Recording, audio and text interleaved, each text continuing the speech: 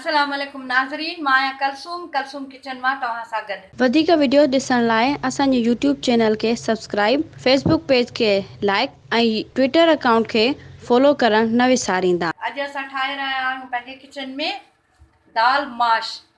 हीअ आहे हिकु पाव दाल माश जेका मूं उॿारे, ॿियो हिन में कुझु बि न आहे, सिर्फ़ु सादे पाणीअ में मूं हीअ दाल उॿारी आहे। उॿारण खां पोइ हिनखे छाणीअ में विझी ऐं मूं उहो पाणी जेको हिन जो थिए थो, जंहिंमें थोरी चिकनाहट हुजे थी, उहो पाणी कढी हिन ते थधो पाणी थोरो विधो आहे। हीअं ॾिसो बिल्कुलु ॻरी वई आहे दाल। हीअ ॿियो हिन में कुझु बि न आहे, सिर्फ़ु दाल आहे। धोती आहे मूं थधे पाणीअ सां, धोई पोइ हीअ पचाइबी, न त हिन में चिकनाहट थी थिए।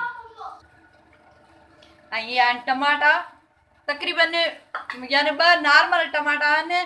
हिकिड़ी ॻाल्हि यादि रखो, माश दाल में न को एॾो बसरु पवंदो आहे न टमाटो। 2 नॉर्मल नंढा टमाटा आहिनि, हिकिड़ो बसरु आहे, थोरो अछो जीरो आहे, थूम आहे, हिकिड़ी ॻड़ी मूं थूम जी कुटे रखी आहे, हिकिड़ो चमिचो नंढो जेको आहे सो आहे जीरे जो, थोरा धाणा नेतड़ा ऐं 3-4 सावा मिर्च आहिनि। बाक़ी मुंहिंजा मसाला तव्हांखे विझंदे ॾेखारियां थी।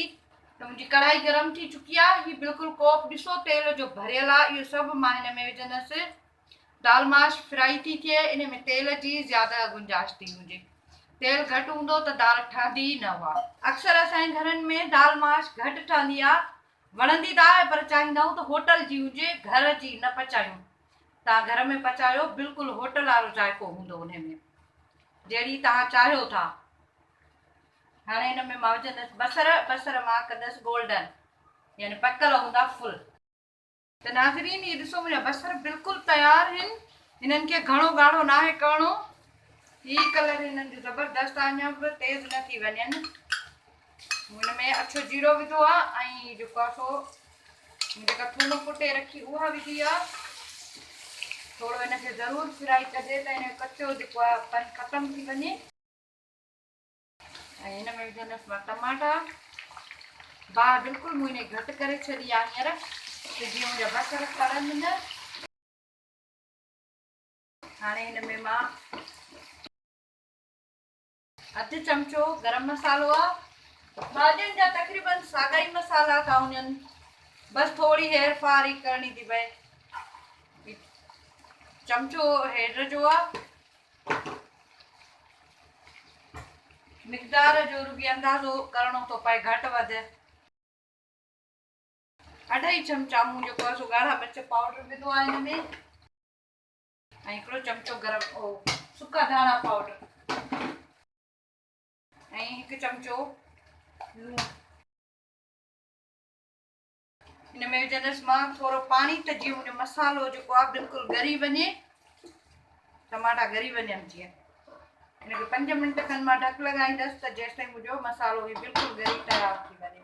त नाज़रीन, मुंहिंजो हीउ ॾिसो मसालो बिल्कुलु तयारु आहे। हिनखे मूं ढक लाहे 2-3 दफ़ा हिनखे मूं घुमाए ऐं जेको आहे चिथे करे सही करे छॾियो आहे। हीउ ॾिसो, हाणे हिन में मां विझंदसि दाल।